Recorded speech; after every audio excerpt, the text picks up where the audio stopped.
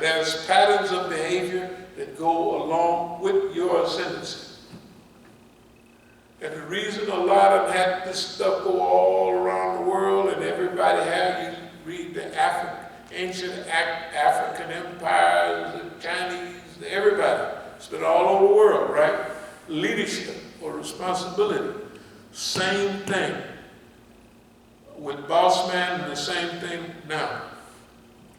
Their evolution and decline has the almost exact same pattern. That's why I was singing the old song before we started.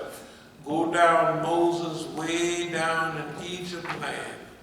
Tell old Pharaoh, let my people go. That's the same story you could repeat right now. You could repeat that same story right now. Okay, now, which side are we going to be on? This is the question. Remember we talked about situational leadership, there's situational dynamics. The situation that we're living in the world today have many opportunities and they could have many disappointments also. It's according to what we take advantage of.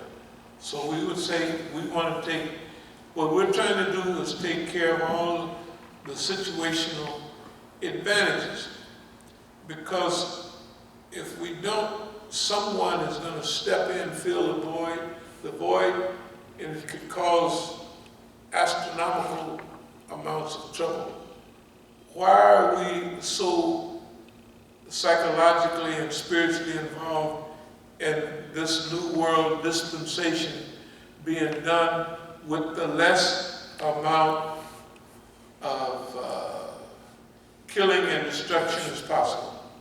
Because the ability to destroy now is unbelievable.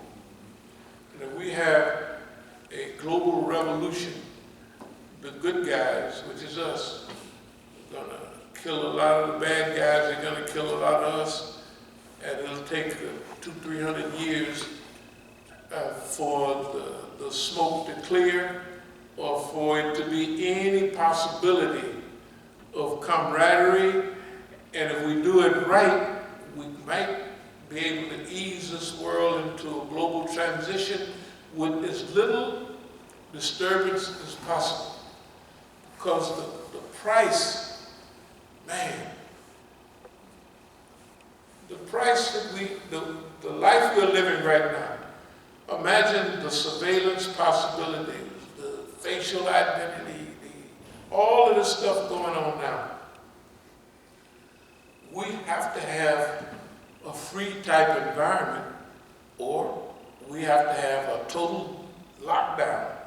Because if you're going to oppress people and you're going to curtail, you're going to live in a tyranny, the people are always trying to get out of that, right? And therefore, you got to keep the people almost in their house all the time. You can't have any freedom of movement, freedom of thinking, freedom of ideas, right? Because you got to oppress them people. For what reason? I don't know. There's no reason to oppress people now. The dumbest thing that they're doing is this global oppression. It's insanity. When we could share, I know it sounds a lot, optimistic, we could share the benefits of this world that we're living in and clean it up and live a human life that's worth living. We can do that. Okay. Well, that's what we're going to try to do. They can do what they want. Write our future on the move toward an early close. Write our future. Write our history. It's so well laid out, it's almost like filling in the blanks. The history right now is almost like just fill in the blanks. You don't even have to write it. It's already, it's written and rewritten so often that fill in the blanks. We talked about forecasting a minute ago. Trump and his money and his it's everyday stuff come out. Before that, it was Woodard, the guy this lines. I ain't know nothing about nothing that he's got him on tape saying. That stuff is drip, drip, drip, drip, drip. And remember, vote, vote, vote. Everything. Oh, we ain't gonna let y'all vote. Oh, we ain't gonna, well, so everybody, and then they say on the other end, you find out where you vote, how to vote, you get your this. Why? They want everybody to vote. This whole scheme. The whole scheme. They could save all these billions of dollars they're wasting. They could just say, hey, everybody go vote. But they have this dumb guy messing everything up so you can run down there and vote him out. Okay. I want to say, now, you said you were just filling the blanks. Now this is a poster from when Nixon and Agnew. Right. And it says, this time, vote like your whole world depends on it. The whole world, yes. Yeah. Whole spirituality.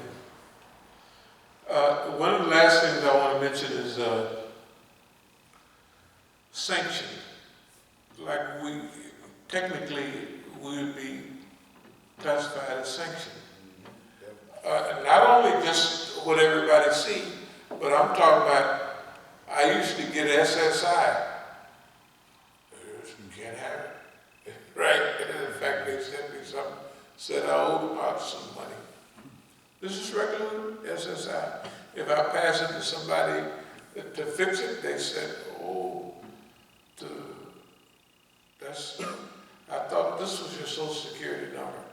You know, say, I don't get SSI, I get that other stuff. Where you disability, where you know, because I didn't work long enough, you know, a long time ago. You got to have so much. How long do you have to work to get that? I think we got about 7 or 8 years. Oh, snap. Yeah, I didn't work. I worked 1 year. No, I worked 1 year.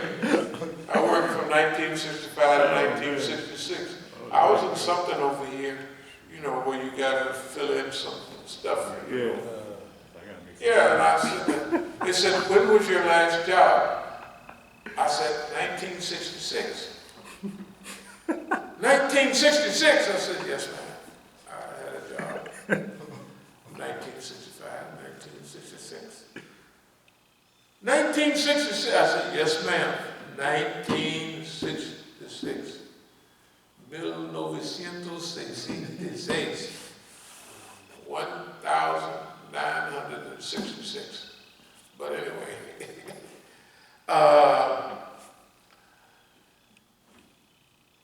So we're sanctioned on every point.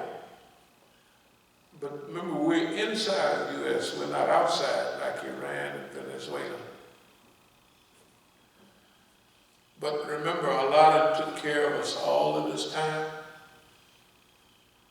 So it would be unseemly for us not to be full of happiness and everything else. Okay, restore all the stuff I said before last week. Restore Masjid al-Islam, $100 million. Everything done to us is an accelerator, not a decelerator. Start stack approach. Can't lose. Start stack approach means that whatever we're doing, it's going to be different than all the other challenges before. It seems like that's what a lot have hooked up, that it won't be any of the things that they expect. All of this will be probably unexpected, because if they expected it, they'd try to close it off. So this would be unexpected. And even for us, that process would be unexpected. That's what the Star Trek thing is about. It's going beyond where anybody else has gone, right? And that's what we have to do on this go round. But let me see. Thank the Iranians. We already thanked them. patience, longevity, internal dynamics, yeah.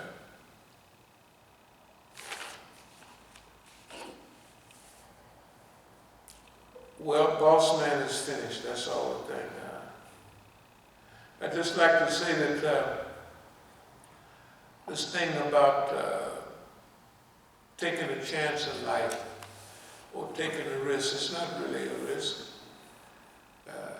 One of the speakers I used to like what he would say, Les Brown, he said, suppose you're on your deathbed and all the wonderful ideas are all surrounding your bed and you're getting ready to die, and the ghost of all those things are asking you, why did you do, you know, we were sent to do this and to do that, and you didn't do none of that. Now we got to go to the same grave with you, unfulfilled, unexplored, right? And that's one way to look at it. Because see, I don't know what to tell nobody, but this so-called living a risk, I wouldn't even know how to, man, if anybody knew how much all of that experience add up to, they would want to do it. This is what I believe. You know, Africa, the Middle East, having enough money, see, and then almost giving it away. See, that means that what we're doing now, it ain't for personal gain, it ain't, so the more you give away, the more you get. That's just the way it works. So, can you imagine that just at 75 to been through all of these different changes, and it, to me it seems like it's just getting started. You know, I mean, actually, when we say another 25 years, 100, we're retired 100, it's just a joke. Other people be almost dead, they have Alzheimer's, they got all kind of stuff at 75, right? So, if I get it 10 years or 15, so what? It's nice, you know what I mean? Because of all that stuff, you know, can you imagine? And they can't take that stuff away, that stuff done already happened. I would hope that everybody would try to fill up their life with those type of risks where it's just really worth it. It ain't worth it to sit down and have boss man whooping on people all the time. It just ain't, well, it don't seem like fun to me. I'll bring up the other things like goal setting and all that stuff a little later. So any questions or comments at all? I got to watch, I watched Trump's rally the other night. I think it won in Pennsylvania. It was on YouTube, and they had recommendations on there. So it's live. So I said, let me check it out. First time I ever watched it, it reminds you of wrestling. That's right. It really reminds you of like wrestling. Yeah. You remember back in the days when the guy would be like, I'm coming to the MCI Center in DC next week, and I'm gonna be fighting Iron Sheik, and I want to tell you to get ready. That's I'm right. gonna lay you out, man. Yeah. And he laid threats. He told jokes. Somebody in the crowd tried to protest. Somebody else jumped on him.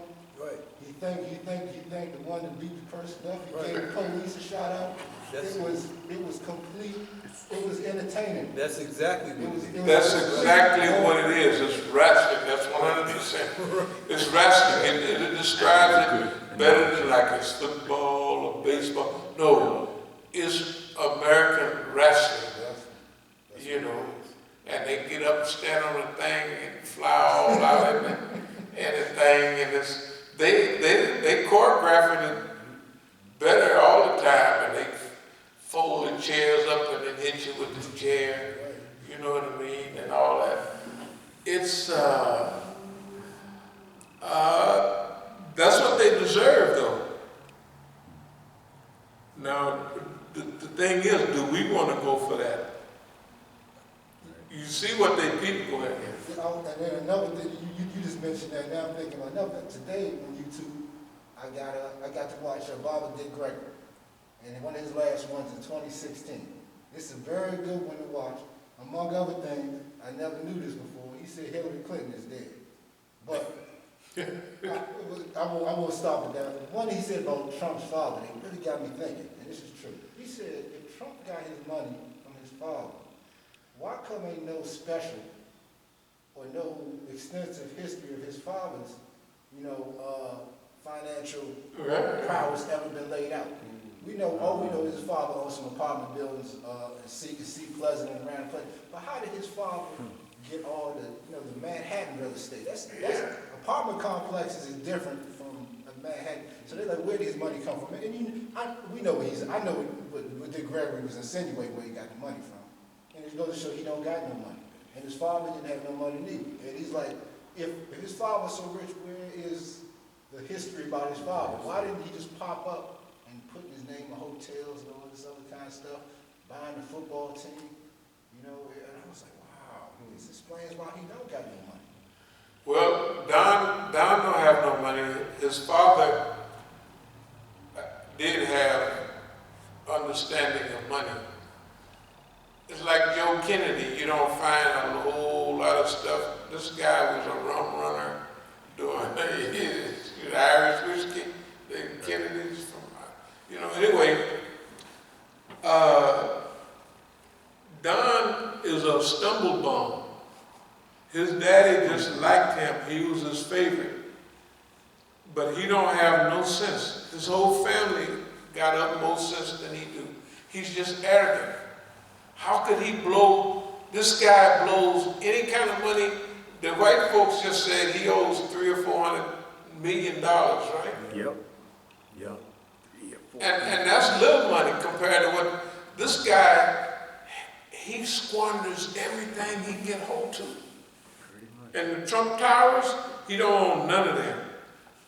He get paid by the people that own the buildings to put his name on. Because Trump is supposed to be, Daddy gonna call him Bump after a while. The guy, he don't know anything about money. I mean, he squanders everything he get his hands on. So, his daddy was probably just smart and knew what he was doing. But Trump Jr., he don't know nothing about money. He can't keep his hands on money. And all the people know it. The big people know it. See, all the big people know it. It's the little people believing that, he's a billionaire. Boy, ain't no billionaire. How you gonna hold $300 billion?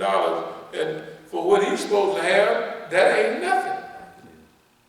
Right? He was better at acting as a business person. All the poor white people. He's been in their living room for about the past decade, masquerading as the business guy and cutting the deal and stuff. And the people haven't caught up to the reality that it's all make-believe, Yeah, it's true make-believe, that guy. Hey, anyway, are there any questions or comments? Nah, there weren't any that came over. Okay, well, we'll tighten up on a few. We'll mention vintage books again. We'll mention Forrest Otto later, maybe, if we do it Thursday. But anyway, alhamdulillah, that's it.